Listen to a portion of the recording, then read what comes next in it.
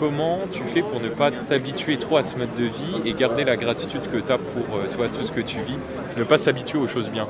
Mais c'est une excellente question et on est tous comme ça, tu sais, on s'habitue très très vite à ce qu'on a. Ce qui est bien quand même avec le style de vie que j'ai, c'est que c'est tellement pas commun qu'il suffit que je discute avec n'importe qui pour me rendre compte que c'est extraordinaire en fait, tu vois. Et c'est un rappel permanent que le fait que je voyage autant et tout ça, c'est pas si commun, que ça fait rêver beaucoup de gens, qu'il y a plein de gens qui aimeraient être à ma place. Donc c'est ça aussi peut-être le premier élément de réponse, c'est de garder contact avec la réalité, d'avoir des amis qui sont pas comme ça, de discuter avec des gens normaux entre guillemets, tu vois. Ouais. Ça te permet toujours de te rendre compte que ce que tu fais, c'est vraiment cool.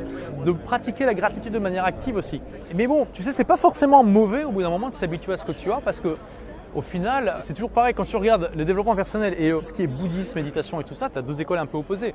Parce que dans le développement personnel, tu as cette idée de toujours t'améliorer, de toujours devenir la meilleure version de toi-même et donc d'être toujours en train d'avancer vers un truc au-dessus de toi. Et dans le bouddhisme et tout ça, ils te disent, oui, la source des souffrances humaines, c'est le désir. C'est le fait qu'on veut toujours plus.